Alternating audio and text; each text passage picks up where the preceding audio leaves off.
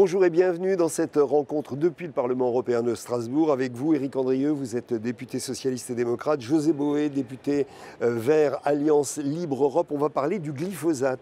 Mais avant peut-être un mot, puisqu'il y a quelques minutes, le Parlement a voté le rejet des critères sur les perturbateurs endocriniens qui étaient proposés, qui étaient ceux de la Commission européenne. Une petite réaction quand même, parce que c'est passé tout juste, mais il y a eu rejet. José Bové, il y a eu rejet, c'est important. Ah, c'était même très important et je trouve que ça, c'est une sacrée victoire du Parlement européen. Ça a été une bataille de plusieurs mois, même plus d'un an. La Commission a essayé d'imposer des critères qui étaient tout à fait en deçà de la nécessité et surtout qui étaient à géométrie variable.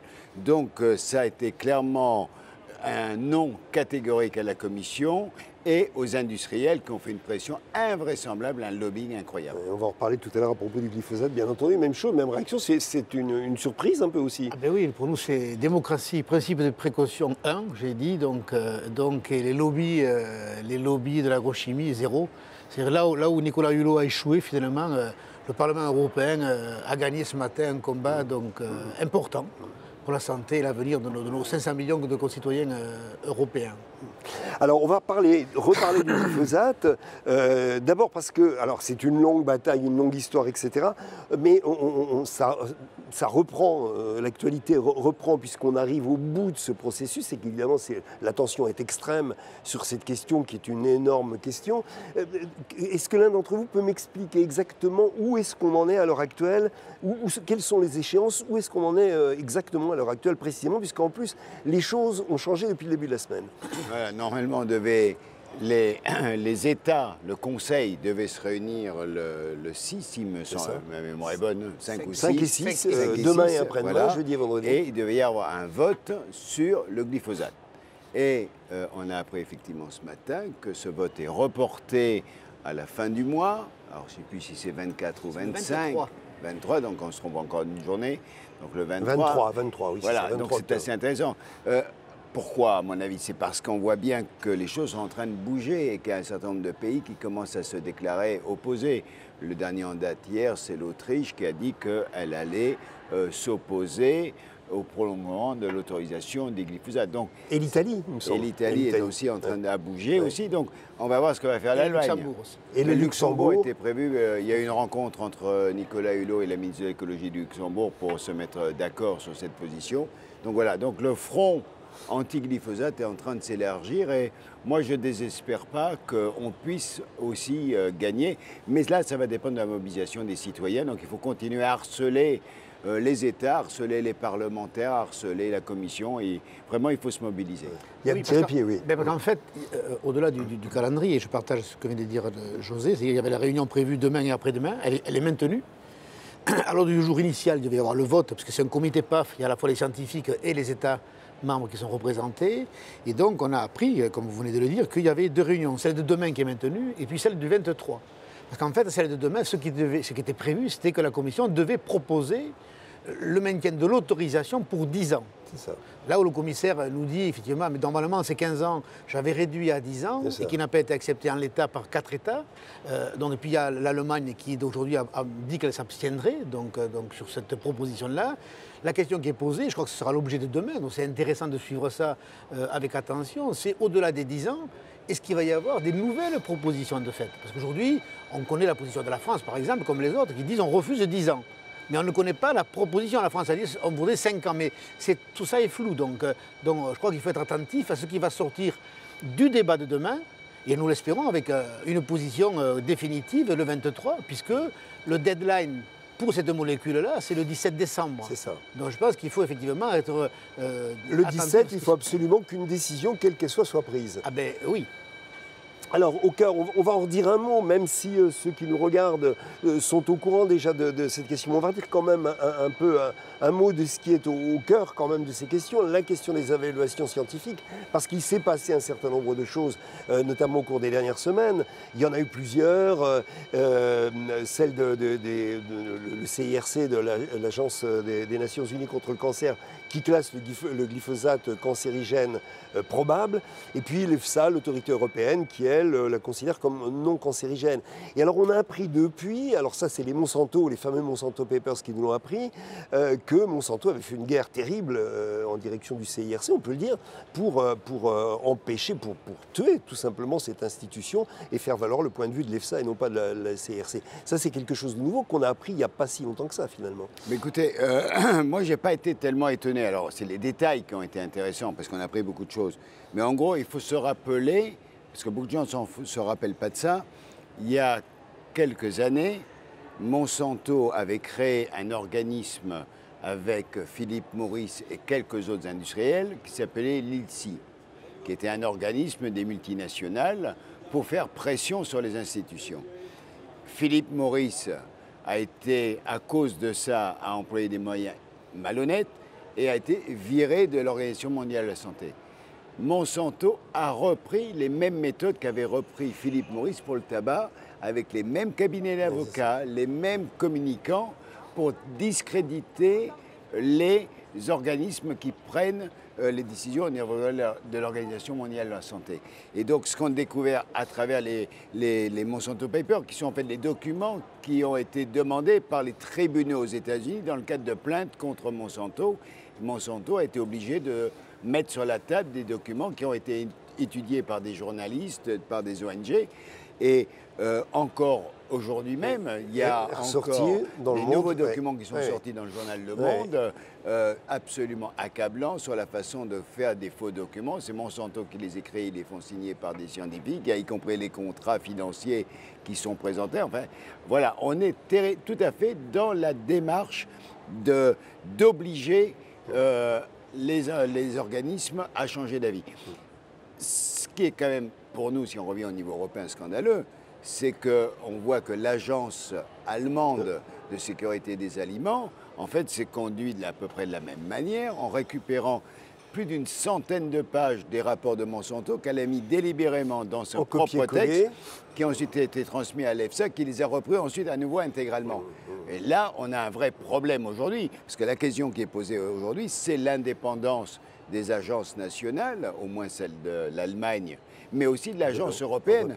Aujourd'hui, il faut remettre à plat le fonctionnement de l'agence européenne sanitaire des aliments. On ne peut pas accepter de telles dérives où l'industrie fait la pluie et le beau temps. Et, oui, revenons là-dessus. Est-ce que le délai qui pourrait être donné pourrait servir à rediligenter un autre type d'analyse dont les garanties d'indépendance seraient cette fois assurées? Est-ce que c'est pensable dans l'état actuel des choses? Il y a plusieurs points, il y a plusieurs sujets, dont certains viennent d'être évoqués. Je crois que ce qui a relancé l'affaire autour du glyphosate, c'est, vous l'avez dit, l'affaire des Monsanto Papers. Nous étions dans une situation où les agences internationales, les agences européennes n'étaient pas en accord, agences scientifiques potentiellement, sur la probabilité cancérigène de la molécule. Donc là-dessus, pour des législateurs que nous sommes, c'est très compliqué quand on a des points de vue divergents, même si moi je fais partie de ceux qui font confiance à la science a priori, dans la mesure où la science, il est révélé qu'il n'y a pas de fraude donc, sur les avis donnés, ce qui n'est pas le cas dans les éléments que nous avons aujourd'hui à notre possession.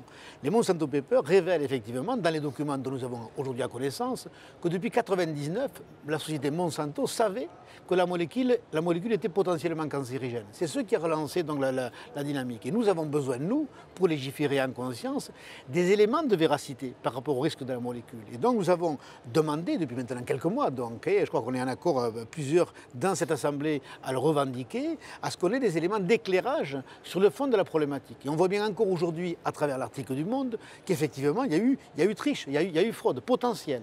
Donc nous avons d'abord commencé à demander, avec les groupes concernés, les groupes d'écologistes, les groupes des social-démocrates en particulier, à ce qu'il y ait une audition en plénière. Elle a eu lieu.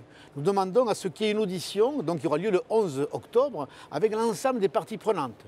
Au passage, Monsanto, qui avait été invité à participer à cette audition, que j'avais moi-même invité sur mon propre quota, refuse de venir débattre. Ce n'est pas un procès, ce n'est pas un procès à charge. Mais nous avons besoin d'entendre les parties prenantes, nous sommes en démocratie, pour comprendre ce qui se passe, de telle sorte que nous puissions appréhender la situation. Refuse en vous déniant le droit de vous en occuper, d'une certaine manière. Exactement, mais nous, à travers nous, c'est à travers les députés européens, mais à travers nous, c'est les 500 millions d'Européens qui sont méprisés par une multinationale qui est au cœur d'une problématique qui traite de la santé humaine des 500 millions d'Européens, ce qui est totalement inconcevant, donc, et totalement incroyable d'ailleurs dans ce moment-là.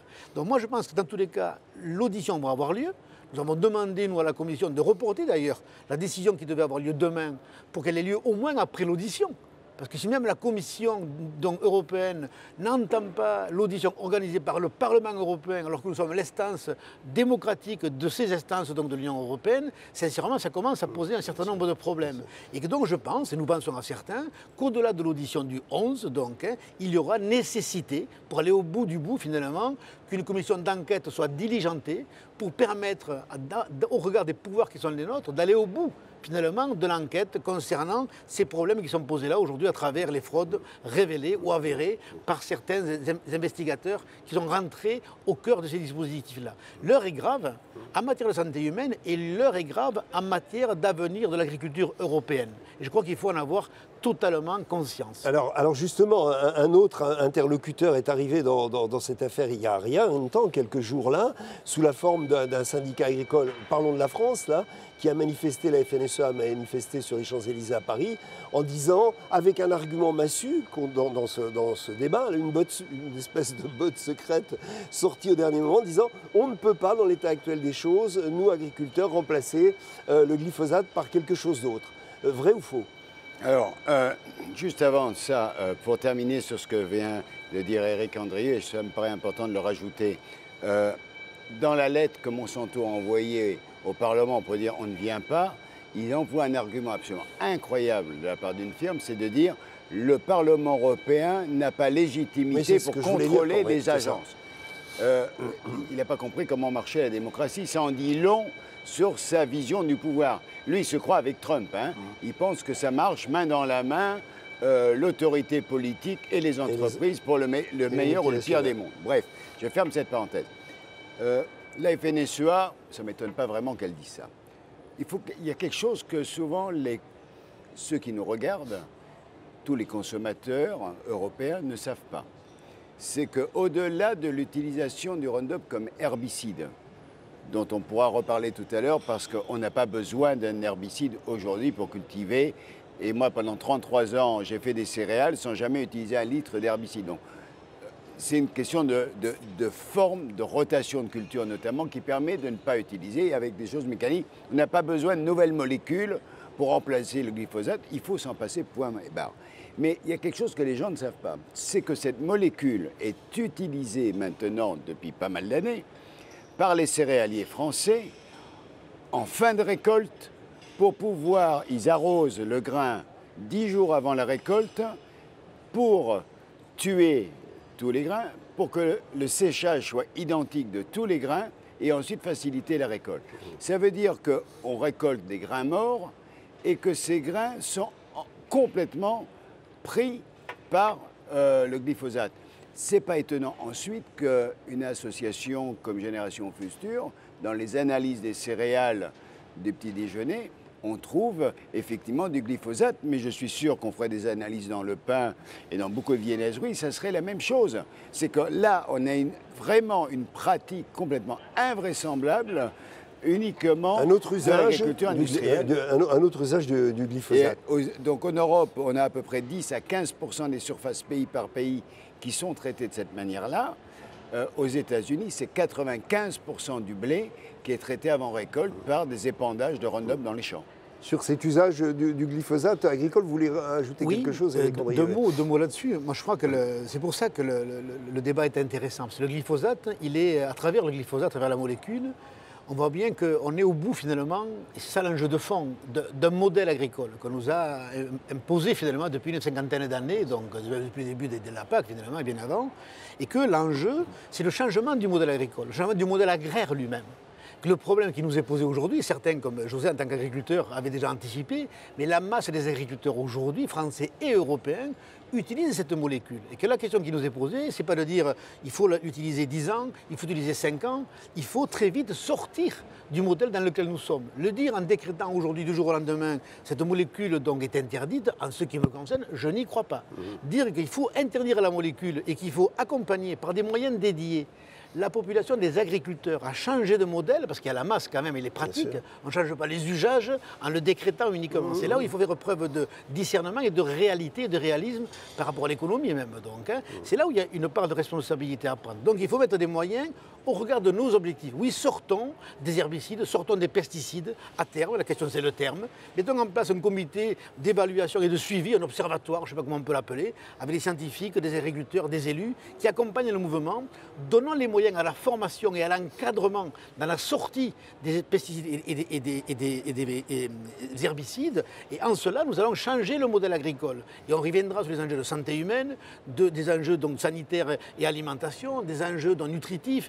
Comme on le sait, en fait, il faut réinvestir l'agronomie. Je crois que c'est un moment important. Et dans ce révélateur-là du moment dans lequel nous sommes, je pense qu'il est important de le poser avec un objectif politique ambitieux, qui traite de l'agriculture à la fois non seulement locale ou même européenne, mais qui est intercontinentale avec des questions politiques et des niveaux politiques à poser dont il est de notre responsabilité à l'échelle européenne. Et où les consommateurs puissent évidemment aussi s'exprimer sur ces questions-là. Alors la situation se complique en plus, ça c'est un élément nouveau effectivement qui est intervenu aussi il y a quelques semaines, du fait que Monsanto va être absorbé par l'allemand Bayer. Comment vous interprétez ça et quelles peuvent être les conséquences de cet événement-là? D'abord, juste parce que je crois que là, on a un petit point de divergence avec Éric Andrieux sur la sortie. Moi, je pense qu'aujourd'hui, il faut annoncer clairement qu'on sort et qu'on a une interdiction. On sait très bien que s'il y a une interdiction, ça prendra peut-être 18 mois pour se mettre en œuvre. Mettons qu'on interdise au 1er janvier 2018, la sortie réelle va prendre 1 an et demi, 2 ans. Ça tombe bien. On a la réforme de la politique agricole commune qui est là. Ce qu'on a raté à la précédente réforme, et pourtant on s'était battu, et avec Éric on s'était battu dans la même direction, c'était d'introduire un certain nombre de modifications sur les pratiques agricoles, notamment la rotation des cultures, comme étant une des bases de l'agronomie. Si demain, avec l'interdiction, on impose, dans le cadre du soutien pour pouvoir toucher les aides, de pouvoir appliquer strictement ces rotations de culture, eh bien, on a déjà une réponse à l'abandon du glyphosate. Parce que je rappelle quand même que ceux qui utilisent le plus le glyphosate, c'est ceux qui font blé sur blé sur blé ou maïs, maïs, maïs. Et donc, effectivement, on se retrouve, il n'y a pas de rotation. Donc voilà, là, je ferme la parenthèse. Mais là-dessus, pardon, José, là-dessus, on est d'accord. Le problème, ce n'est pas aujourd'hui l'interdiction. C'est qu'il faut effectivement, au niveau de la nouvelle réforme, il faut travailler sur la conditionnalité des aides. Et dans la nouvelle réforme, mettre dans les éléments de condition des aides publiques cette sortie-là et l'abandon. Voilà, donc il faut le faire avec une responsabilité. Et là, on est tout à fait en accord là-dessus. Donc, juste un point là-dessus, sur la question de la fusion. De Bayer. Qu'est-ce qui peut se cacher derrière? Parce que parfois, c'est qu'est-ce qui se cache derrière? Parce qu'on voit bien que la logique de fusion dans l'agrochimie et les semences, elle est là depuis une vingtaine, trentaine d'années. On a une concentration. En gros, on cherchait le nombre de semenciers de l'industrie agrochimique qui étaient introduites dans les semences il y a 20 ans. On avait 15-20 firmes. Aujourd'hui, on va se retrouver avec 3 conglomérats. Et la Bayer sera le plus gros. Hein. Bayer sera le plus gros avec Monsanto. Mais est-ce que l'intérêt de Monsanto dans cette affaire n'est pas de se cacher derrière Bayer pour ne plus être poursuivi? Et donc ça, effectivement, c'est une question qui est posée maintenant par un certain nombre de juristes qui se disent derrière cette fusion, il y a aussi Monsanto qui veut... D'où ça explique peut-être le rabais du prix de rachat, mais en même temps pour Monsanto et ses actionnaires, c'est aussi une façon de se dégager de tous les procès, parce qu'actuellement, ce sont des milliers d'agriculteurs qui portent plainte aux États-Unis. Voilà, c'est ça. On n'a pas insisté assez sur ce point-là, c'est-à-dire que parmi les autres interlocuteurs et intervenants dans cette affaire, on le dit parce qu'en France, ce n'est pas tellement le cas, mais aux États-Unis, il y a des plaintes, un nombre incroyable de plaintes d'agriculteurs. Il faudra en dire 2 mots, puisque c'est quand même des... Aujourd'hui, je crois qu'il y a plus de 3500 procès dont Monsanto est victime. Il est attaqué par 3500 personnes qui ont été victimes de la molécule. Et ce n'est pas des petits sujets. D'ailleurs, la presse écrite le révèle donc ces derniers jours. C'est ça dont il est question. Le probable devient effectif. Et ça ne peut pas ne pas nous interroger. Et sur la question de Monsanto et de Bayer, effectivement, on ne peut pas... aujourd'hui, la molécule, elle est dans le domaine public. Donc aujourd'hui, Monsanto ne fait même plus, son beurre, si je peux m'exprimer ainsi, donc sur cette molécule-là. Mais je suis convaincu d'abord que ce n'est pas improbable que Monsanto soit prêt à avoir une molécule de substitution à la molécule donc, du glyphosate. Pour dire sur le nouveau... Donc la question, elle n'est pas celle-là, c'est pas remplacer une molécule par une autre molécule. La question, elle est le changement de modèle agraire. Ça, c'est un vrai sujet qui nous occupe et qui nous préoccupe. Mais au-delà, est-ce qu'on peut imaginer que 3, 4, 5 grands groupes, 5 grandes multinationales au monde, aujourd'hui, maîtrisent donc ce qu'on appelle, nous, dans le jargon agricole, le monde du vivant. C'est-à-dire qu'ils ont le pouvoir de la semence, de la graine, ce qui fait notre quotidien, jusque donc à l'aval, les produits phyto, les produits donc herbicides, etc. Je pense qu'il faut être sérieux aujourd'hui. Ça veut dire que le citoyen consommateur, comme l'agriculteur, n'aura plus le choix demain donc, de son alimentation, le choix de ses produits. Il en va de l'agriculteur comme du consommateur. Et là, nous avons un devoir de responsabilité énorme. C'est qu'on n'est pas là pour agir pour aujourd'hui.